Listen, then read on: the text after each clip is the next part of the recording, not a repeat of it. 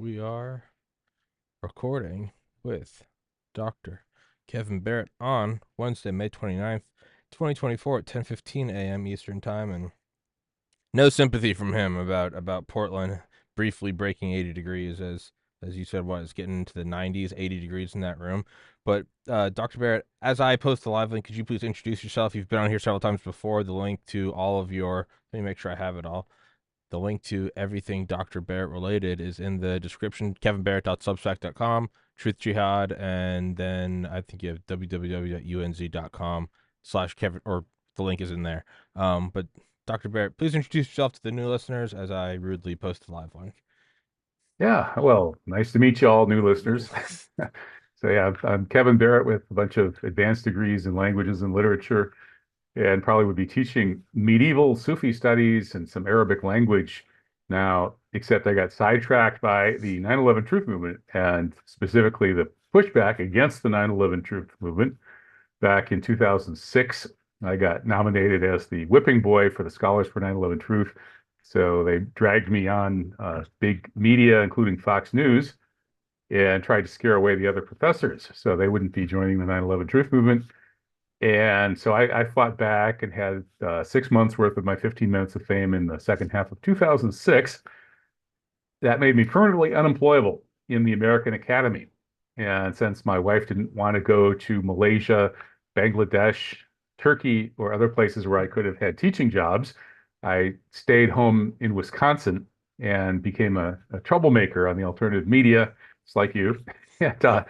been doing that ever since. And I moved to Morocco last July, and I'm continuing to be a troublemaker from Morocco. And yes, and so, the one thing that I've always kind of prided myself, not kind of, the one thing I've always very much so prided myself on in this show is, free speech, and I'll talk about anything. It's hip now to say that the COVID vaccine was bad.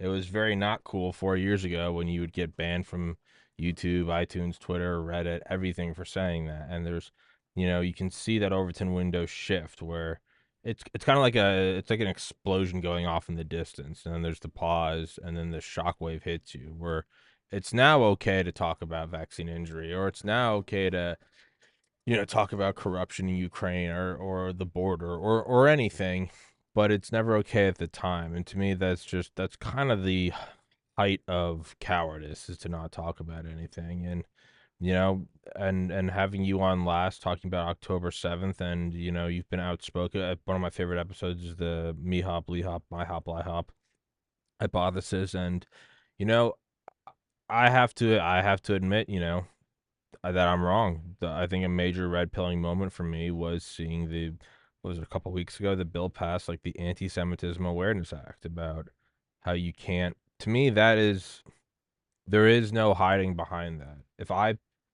If I passed a bill that said we can't talk about Tommy, we can't talk about Tommy's mistakes and Tommy's flaws, rightfully, I would say that that's a load of BS. And, you know, to see this going around and people kind of diving and ducking and dodging and being like, well, it's different. No, no, it's not. Because pandemic, at the height of a pandemic, when a man overdosed on fentanyl, we saw billions of dollars of destruction. We saw, I think it was a black police chief being killed in the riots, and we saw super spreader events nonstop. Which I don't really believe COVID was that dangerous, but if we're gonna go along that line of thinking, no one could meet up anywhere, right? Sturgis, or if that's the motorcycle rally, that's a bunch of white guys supporting Trump. So obviously it's a super spreader event. But if you're riding and throwing, Molotovs through store windows, it's stunning and brave. And then to see 4 years later something a fraction of the violence, and you're not free to be violent, but the fact that people were being shut down for very simply protesting Israel's bombing of Gaza, to me, is I have to be true to myself, and I have to look at that and say, no, that's BS. How come during a pandemic, if we're gonna go along the lines and say it was a pandemic, why was that allowed?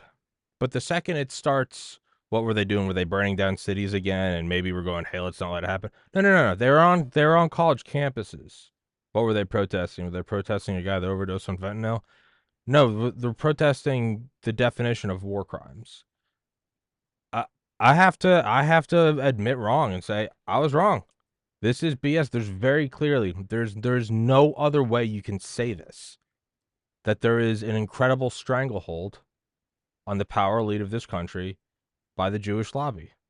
That is what it is. And I know a lot of people don't want to hear me say that. I don't care. I'm not left, I'm not right, I'm not Democrat, I'm not Republican. At the very core, I can say to myself truthfully that I'll say what I believe and I'll call out what I think is BS. So, I don't really know if there's a question in there or more of a statement, but I was wrong and I think you are more right than I was willing to give you credit for the last time we talked. So, Well, I don't see you again, remember you Barrett. disagreeing that much. Well, But I maybe mean, that, the uh, fact that I was hesitant at all, like, oh, you can't talk about that. The fact I think I was probably hesitant. Maybe I wasn't, but I think I was. And so I am trying to be what I'm trying to be someone that I would look up to and be like, that's a guy that admitted he's wrong. So it's BS. It's absolute yeah, BS. you probably were feeling kind of nervous and hesitant inside, even though, like I said, I don't remember us having a huge argument or No, anything. no, no. But the thing is that talking about Jewish power really makes people nervous. A Mm, little bit like the way talking about 9/11 being an inside job in the early days did as well, because people had been so heavily conditioned about 9/11 that it was this evil, dastardly Muslim terrorist attack. And we all had to go and kick their butts and teach them a lesson. And it was this, it was such powerful conditioning. And then when you say, no, actually, the people who did this were the exact opposite of the people that were told, and they want you to feel that way. A lot of people got, they found that really emotionally disturbing. And so when you've been programmed at a deep unconscious level and mind controlled, manipulated, and then you start to sort of confront that, it naturally makes you feel anxiety. mm, And I noticed with 9/11 Truth that people felt a lot more anxiety when you started talking about the involvement of the state of Israel and its American partisans in 9/11 than when you talked about it being an inside job by Bush and Cheney and Rumsfeld. Now, why is that? Why is like it's totally okay to blame one foreign group? That's what we're supposed to do. mm-hmm, And it's not good, but in the middle to blame the American leadership. But if you blame another foreign group, the one that benefited from it, oh my God, that's scary. Well, why? Why is it so scary? Well, why is it so scary to say that these protests show who's really running America? That the Jewish lobby runs America. Let's face it. And that panics everybody. Well, why does it panic you? It's because you've been conditioned at this very deep level to, on the one hand, know who's in charge. You know what you can't say, or you'll never work in this town again. You know who really runs the show. However, you're not allowed to face that consciously and openly. And so you have to sort of keep that under wraps. And then you have to go along with this exact opposite narrative that Jews are quintessential, powerless, persecuted victims and Holocaust victims and gas chamber victims. And so it shows the power of the conditioning that people feel so nervous about confronting Jewish power, whether it's around who really did 9/11, or whether it's around this incredible genocide that we're seeing in Gaza, or whether it's around the entire history that we've been indoctrinated into in this culture. And we've obviously been indoctrinated by the winners in the wars. Well, who really won the wars? Uh, I'm reading an interesting book right now by my radio guest Fadi. What's Fadi Lama? Who's going to be on my show this Friday, and he makes a very strong case that there isn't really any United States empire. It's the money power empire. That is that financiers or the people who create the money out of nothing are really running the world, and they buy and sell the governments. And well, who are those people? The fact that they are disproportionately Jewish with very, very strong tribal loyalties is interesting. In fact, that those tribal loyalties have manifested in this genocidal settler colonial project occupying Palestine and spitting in the face of the world's 2.5 billion Christians and 2 billion Muslims. and saying, this is a Jewish holy land. We're going to take it. We're going to murderously, ethnically cleanse, commit genocide against the Christians and the Muslims who live here. We're going to spill the blood of the family of Jesus, because that's who the Palestinians are. They're the descendants of the family of Jesus. We're going to slaughter all those people and expel them and commit the most unspeakable, horrific tortures and massacres against them. And you're all going to just like it. You 4.5 billion Christians and Jews.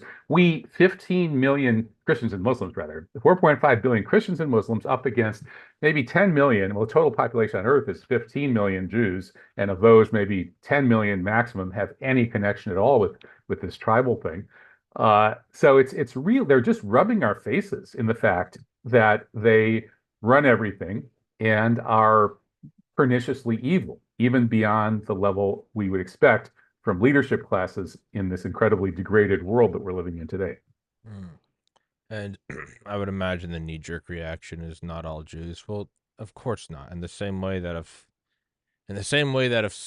some, I don't know, somebody kidnapped me in Iran and said you're American government, I'd be like, dude, I do a podcast. What are you talking about? Like I'm as powerless against the CIA as you are. Of course, it's not a blanket statement because that also is incorrect. But you have to call it what it is, and it's the fact that there is concern around the American flag. Let's say, well, let's take it down, and because it's insulting people, or let's call 9/11. Was it Ilhan Omar? The something happened to baby around that, and then to say you cannot say, which regardless of your faith.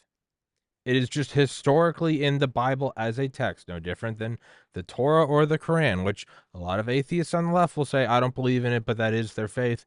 Well, you have to extend that same respect and that same, I don't know, reverence to the Bible. It's just historically the Jews crucified Jesus. That has never once been a controversial thing that anyone's ever said in my life.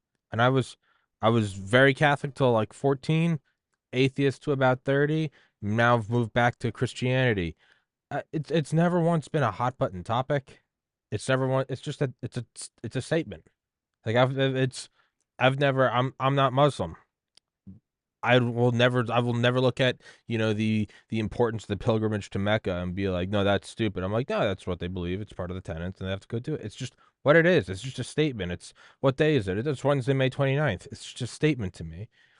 The fact that that came out of college protests, the parts of the Bible you can't you can't say in the wake of, well, what happened? Did somebody bring a dirty bomb into a synagogue? No, there was some protests at Columbia, and the reaction is parts of the Bible are now verboten. It it doesn't matter what you want to be true. You have to look at that as a rational human being and say something's up. It's just what it is. It's the 500% increase in pulmonary embolisms. It's the 40% increase in all cause mortality. It's the 300% increase in cancers. You have to look at it and say, well, what happened in the last 4 years? They rolled out an experimental vaccine.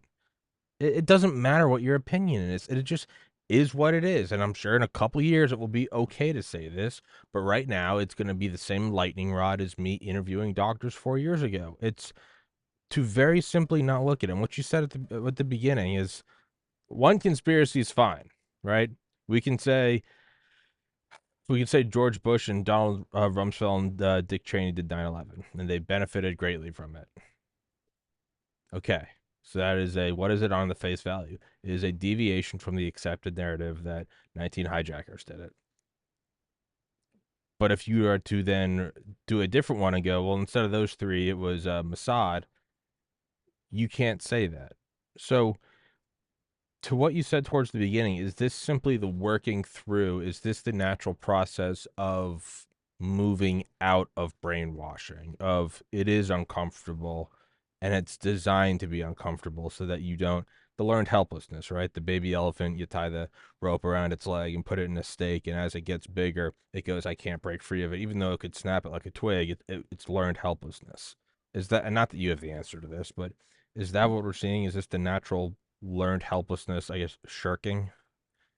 I think there is a learned helplessness thing going on. That's the experiment based on the experiments of Seligman at the University of Pennsylvania with the dogs, where he found that if you keep basically torturing the dogs with these electric shocks and stuff, and do it in such a way that it becomes increasingly obvious that there's nothing predictable about the shocks and there's nothing that the dogs can do to avoid them, pretty soon the dogs just sort of fall quivering to the floor. And at that point, even if they could avoid shocks, you open up the door to the cage, they won't even try to leave it anymore because they become helpless.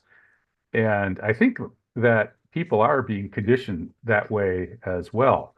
That is, yeah, that I think that's one reason actually that among the various efforts to infiltrate the various conspiracy movements and dissident movements with what Cass Sunstein called beneficial cognitive diversity, that that this is uh, I think the idea that the bad guys are so all powerful that they can be they can't be stopped. That's part of it. I think they want us to feel that way. They don't want us to have a rational idea of how the power works and what the real relations of power are. Excuse me, can I go and tell this guy to stop? Do you hear the electric drilling in the No, background? I don't. But yeah, you can Oh, go you tell don't? him. You can go tell him if you want. I don't care. Well, Doesn't that's matter. okay. Actually, if you don't hear it, then we're good. Nope, no, it's Okay. Zoom. Zoom sucks. The one thing it does do well is it cancels background noise pretty well. That's the only thing it does I well. guess. Yeah, I'm Yeah, surprised. I can't It's hear it. Can you hear the air conditioner or the fan? no, nothing like that. All right, yeah, same thing. Okay.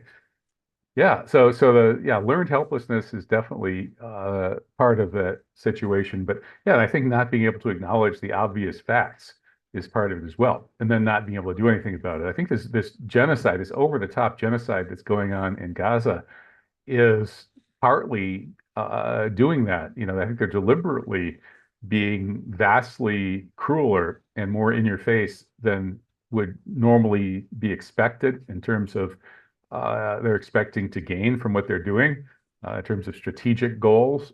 That is when they deliberately call this a safe space, and there's a big refugee tent city that goes up there, and then they just blow it up and kill all those people in the tents, and then say, "Oh, sorry, that was a mistake."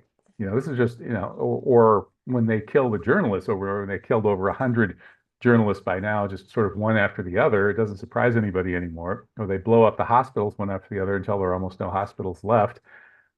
And these kinds of just extreme examples of genocidal targeting of civilians, and then they gloat about it and openly celebrate it. You see these like dancing celebrations of the slaughters of children by the so-called Israeli right wing and so on. All of this, I think, is a way of saying, look what we can get away with. You can't stop us. And I think that events like 9/11 and the JFK assassination, both of which I think were done by the state of Israel and its partisans, are designed to try to push that message on Americans that whoever did this is so powerful that you don't dare raise a finger against them. Mm.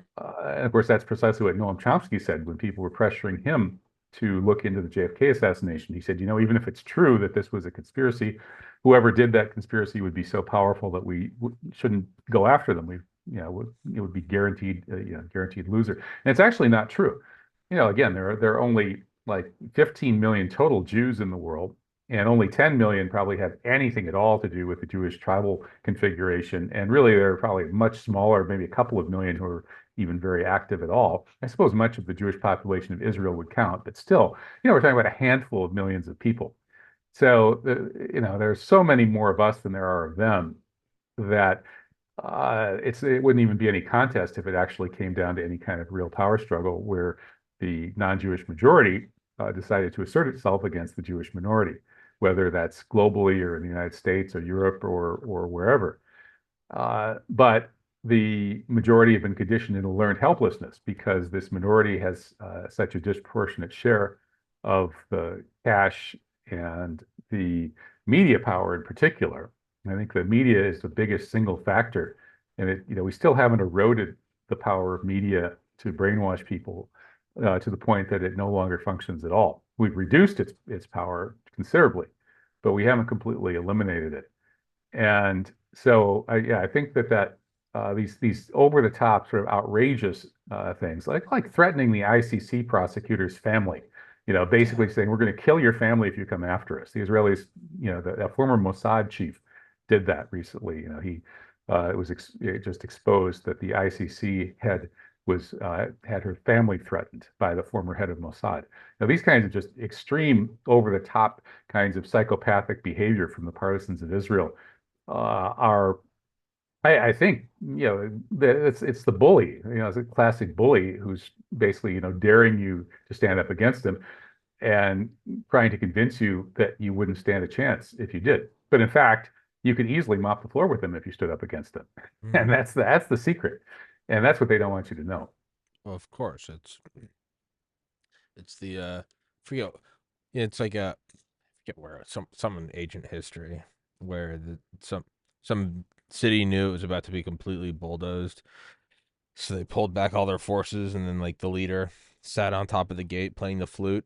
And as the approaching army came, they're like, "This is an ambush. Something's about to happen," and they backed off entirely. And the reality is it was a fight. It was like a hail mary. It was like, what, we cannot possibly stand against this. So that sort of flexing is often when you're at the weakest. And could you maybe touch on just again for regardless of everything we're talking about? I don't even just replace Jewish with Madagascar. Like at the very core, my main problem with this is what's always been the detriment to this podcast is freedom of speech. I don't care. At the very core, you should be able to say whatever you want. You should be able to say that Lizzo, that morbidly obese pop dancer, you should say she took down Tower 7. Do I believe that? Not at all. You should be able to. You should be free to say that. I'm not saying incite violence. I'm not saying go to her house and kill her. I'm saying you should be able to say whatever you want. That is at the very core is my problem with this. But we've already touched on that. I don't want to beat that dead horse. I don't know. Could you maybe touch on if you could? I think it was Bibi Netanyahu said a week or two ago. He said that no one came to our aid in World War II.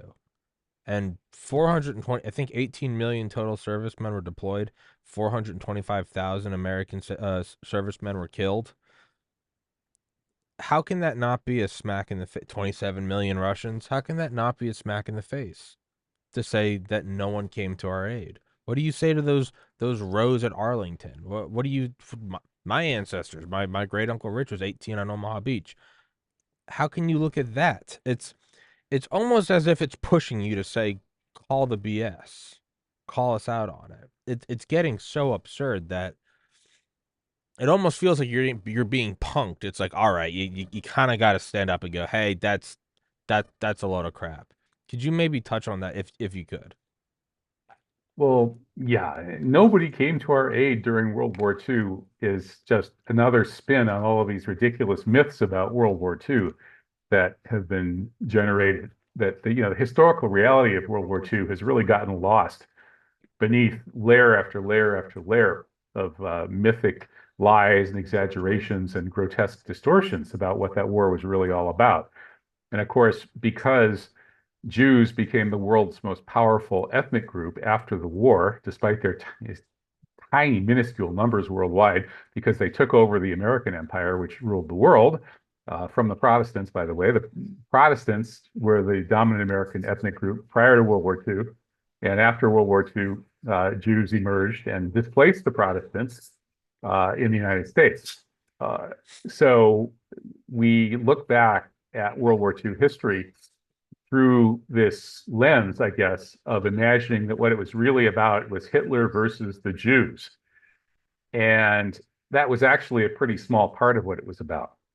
But because we've been conditioned by this good guy versus bad guy narrative, with Hitler wearing the black hat and Jews wearing the white yarmulkes, that we imagine that all of it was fought about, basically Hitler attacked the Jews and all of these other historic countries came to the Jews' aid or didn't in Netanyahu's version. In fact, like the whole issue of Jews was a tiny, insignificant part of what actually went on during World War II. Like it had almost nothing to do with anything and is pretty irrelevant. And even the story of what Hitler did during World War II doesn't have very much to do with Jews. And David Irving got this right in his book, Hitler's War. Is the one that I've read that looks at World War II through Hitler's perspective. And it doesn't have really much of anything about Jews or the Holocaust. And of course, David Irving was attacked and persecuted and sued and thrown in prison precisely for not paying lip service to that whole Holocaust story. And the reason is that he's a good historian and he went with real authentic documents and discussed what really happened during the war rather than jumping into this bizarre myth that emerged after the war and really didn't emerge until the 60s. Like during the 1950s, and Ron Unz, a great Jewish American thinker, has written a couple of really good essays about this, that consciousness of the Holocaust story was virtually non-existent in the 1950s in the United States. And it was also much lower key and also quite controversial in Europe as well, not as much so. And that in fact, most of the leaders of the war didn't think there had been any Holocaust in the 1950s. That story basically was it was just believed to be more Germans, babies being bayoneted by Germans propaganda, just like in World War I, right? After World War I, everybody realized that all of this nonsense about Germans tossing babies around in their bayonets in Belgium was just war propaganda. And so after World War II, a lot of people felt the same way about these gas chamber stories, and including the top military leaders and Churchill, de Gaulle, and Eisenhower all wrote collectively together. I think it was more than I forget how many thousands, more than 5,000, maybe closer to 10,000, I forget, pages of war memoirs. And the issue of gas chamber Holocaust doesn't ever show up in any of those memoirs.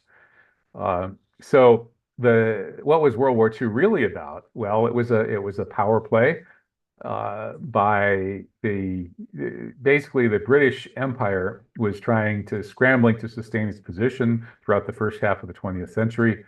The rise of Germany and Russia was a big threat, and World War II emerged through the geopolitical jostling. And if you could blame Hitler as the aggressor, possibly because he took a defeated Germany and brought it back to its feet and wanted to reincorporate the majority German territories around its borders. You could see Stalin as the aggressor because Stalin was indeed planning for what he viewed as an inevitable war with Germany and planned a lightning strike to, in fact, march across Europe. So there was at least as much truth to the notion that Stalin wanted to take over the world, or at least Europe, as there was that Hitler did. You could blame Churchill for clearly setting up the war by basically baiting the Poles into the treaty that brought Britain into the war when Germany invaded Poland.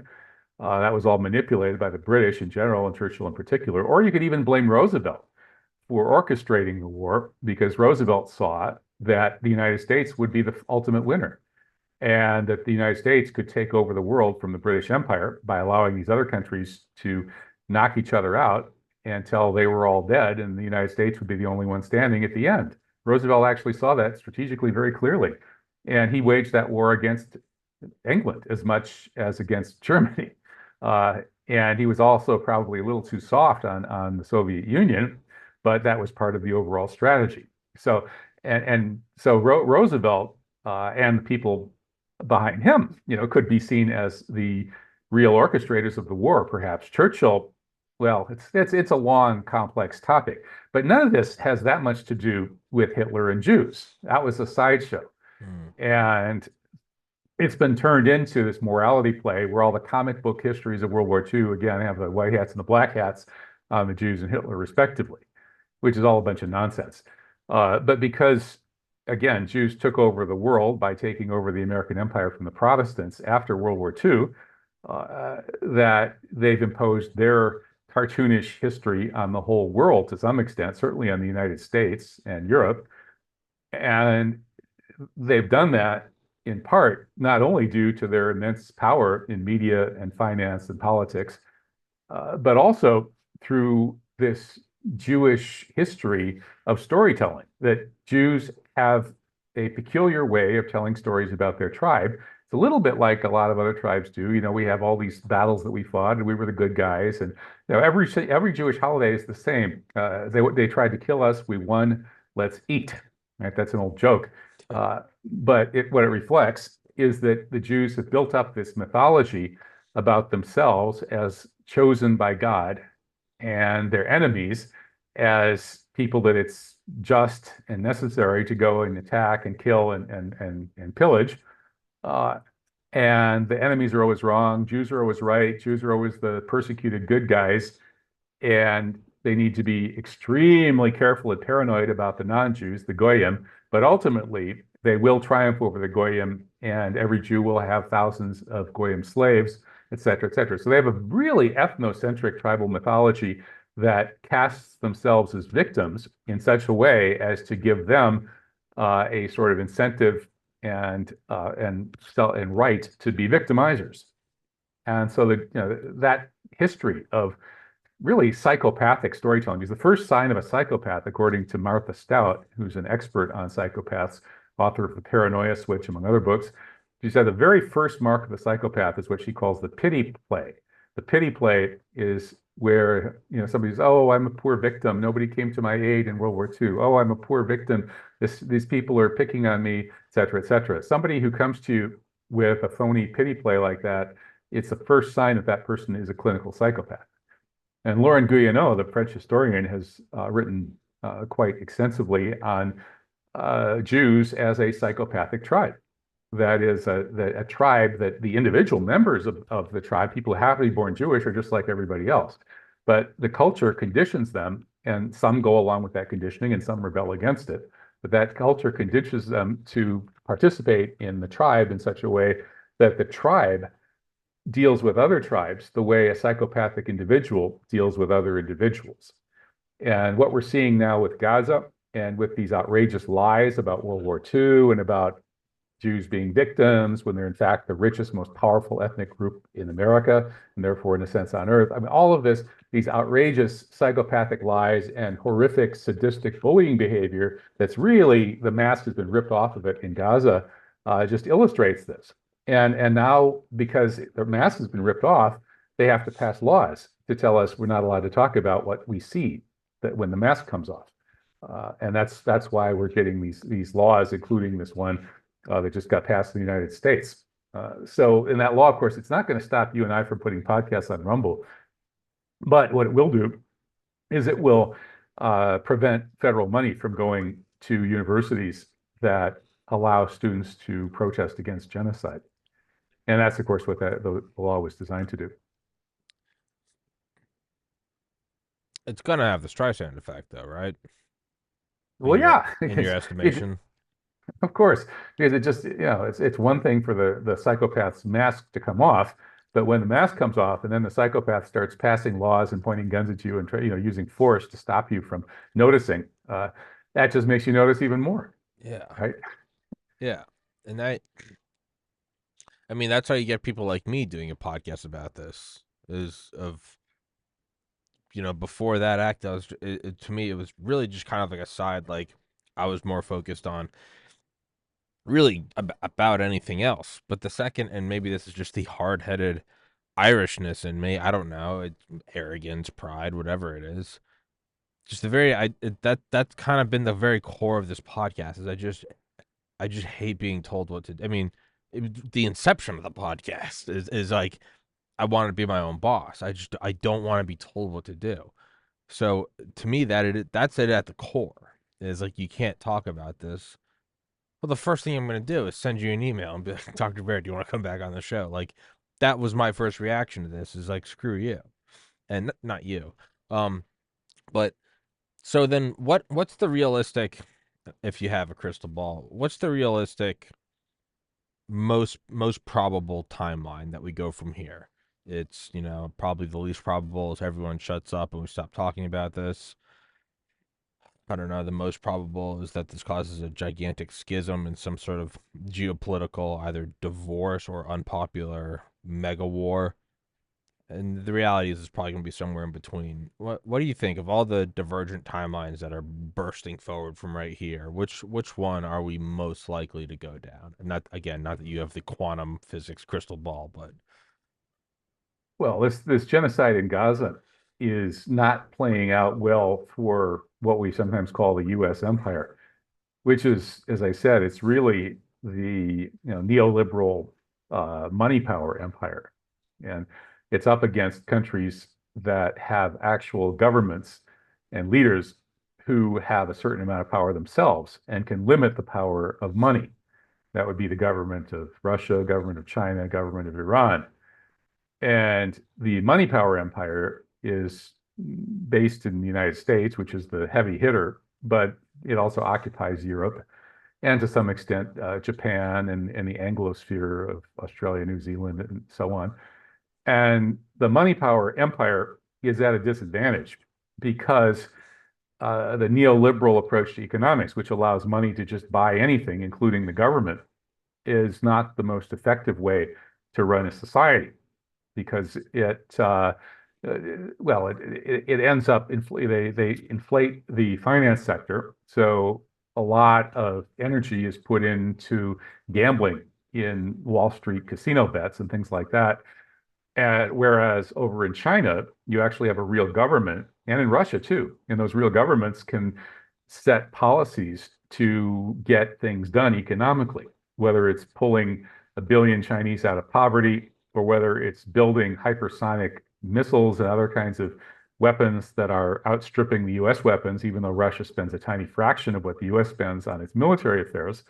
These countries with actual governments that are not just bought and sold by big money are more efficient and better able to create real economic power.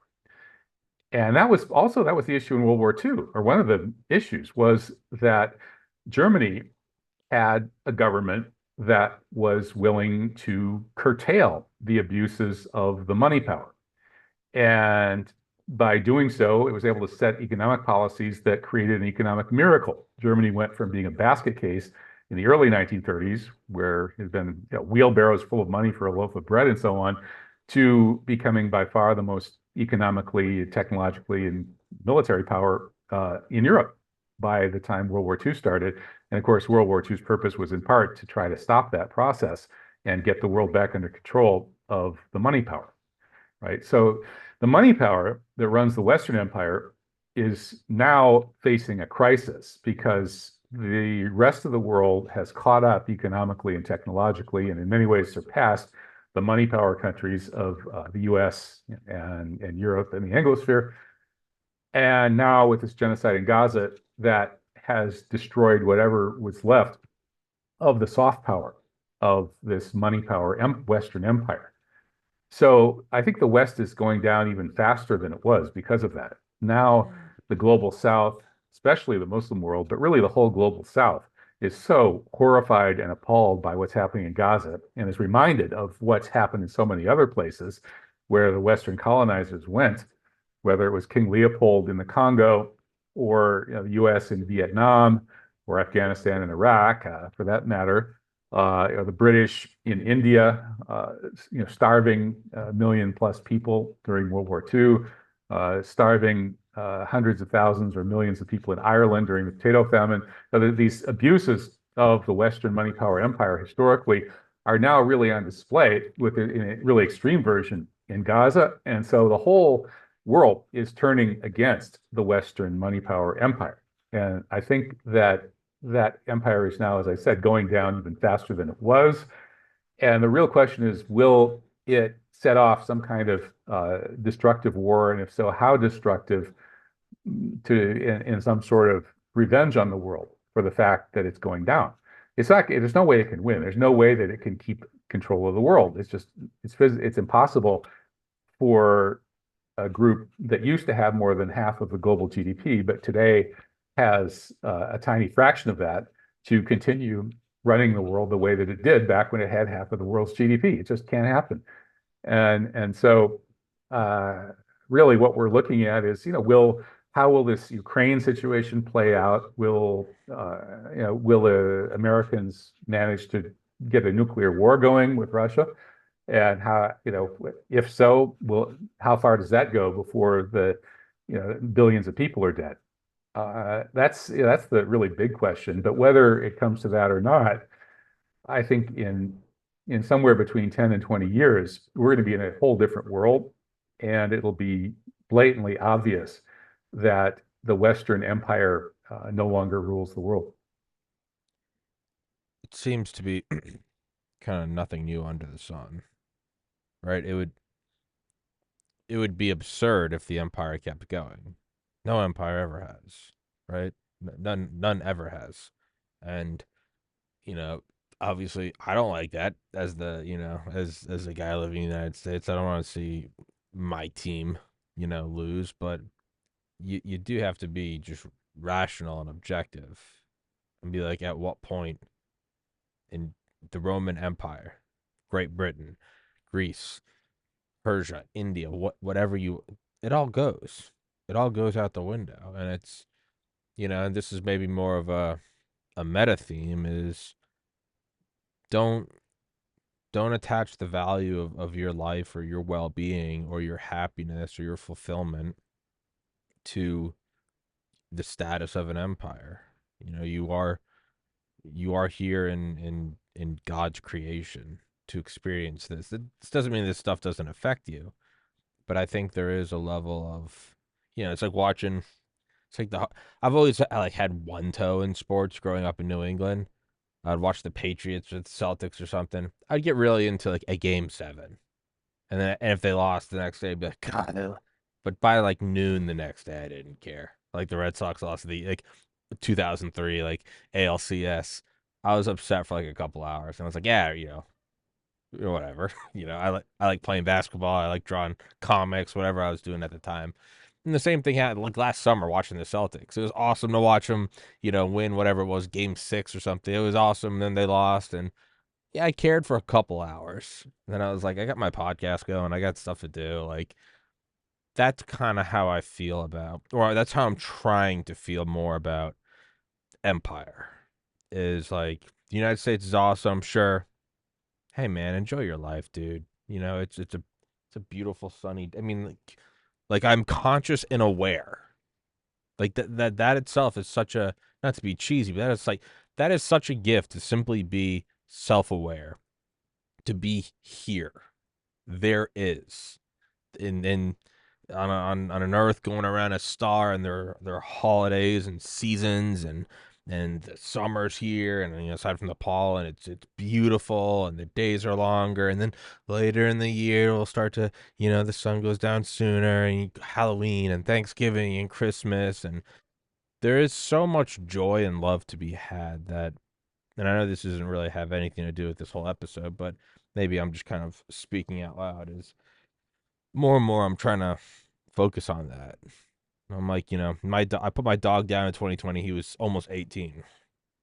That dog never cared about U.S. GDP. That dog was just psyched to see me in the morning, and I was psyched to see him. That's what I guess I'm trying to move towards more. Not that that has anything to do with this episode, but just kind No, of it kind of popped does up. actually. Okay.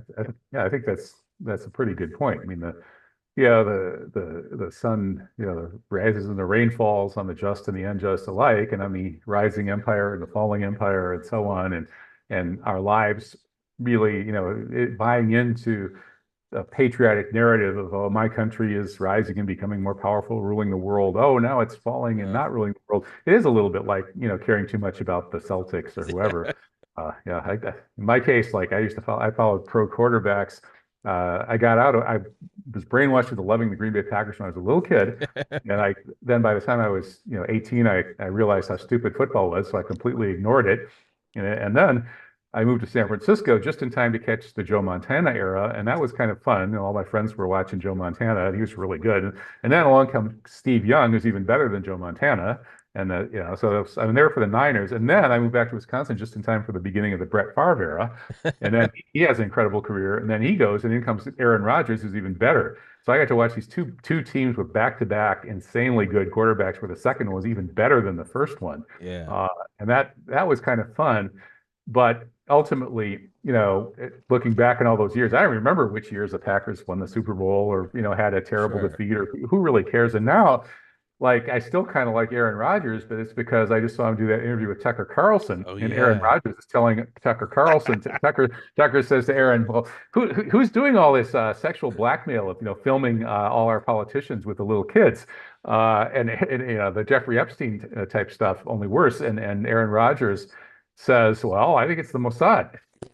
Now that explains why they're passing these laws against criticizing Israel, doesn't it? Yeah. Every time a politician stands up and starts, kissing the behind of Israel, I think you can just assume that that You were on politician that has been island. doing terrible things to little kids, and that the Israelis have that footage. But in any case, yeah, the football, basketball, whatever, narrative, and the empire rising, falling narrative, all that stuff really is, I think it's kind of Maya, as the Buddhists would say. The It's illusion, the a veil, it's dance. the illusion, yeah. And the life you're actually living and submitting to God as best you can, doing your own best in your actual life that you're living, probably a lot more important. Yeah, I mean, it was awesome to watch I remember watching the Red Sox come back and beat the Yankees in '04. It was awesome. I mean, I was 11 when Tom Brady won the first page.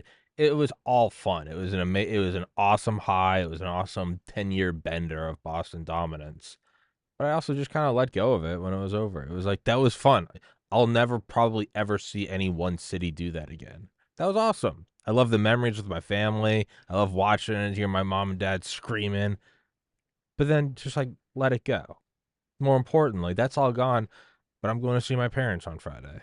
Like that's still real. That's still there. And doesn't mean that you don't gotta be an aesthetic. You don't gotta or yeah, if that's the right word. You don't have to completely push it away and live a monk life. But just, it's a roller coaster.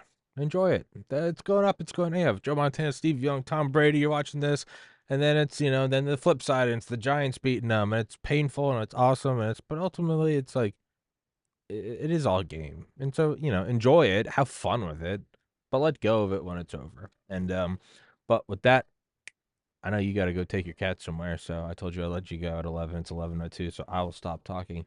Dr. Barrett, thank you so much for your time, sir, and I look forward to the next one, man. Thanks, Tommy. It's always fun talking with you. Yes, Appreciate sir. your great insights into all sorts of things. Thank you for your time, man. It's always a pleasure. I'll send you this episode. We'll do it again. Guys, please go to the description. Please go to the Substack at the very least. Thank you so much. Take care. Guys, thank you for watching. God bless Recording everybody. stopped. Much love. Peace.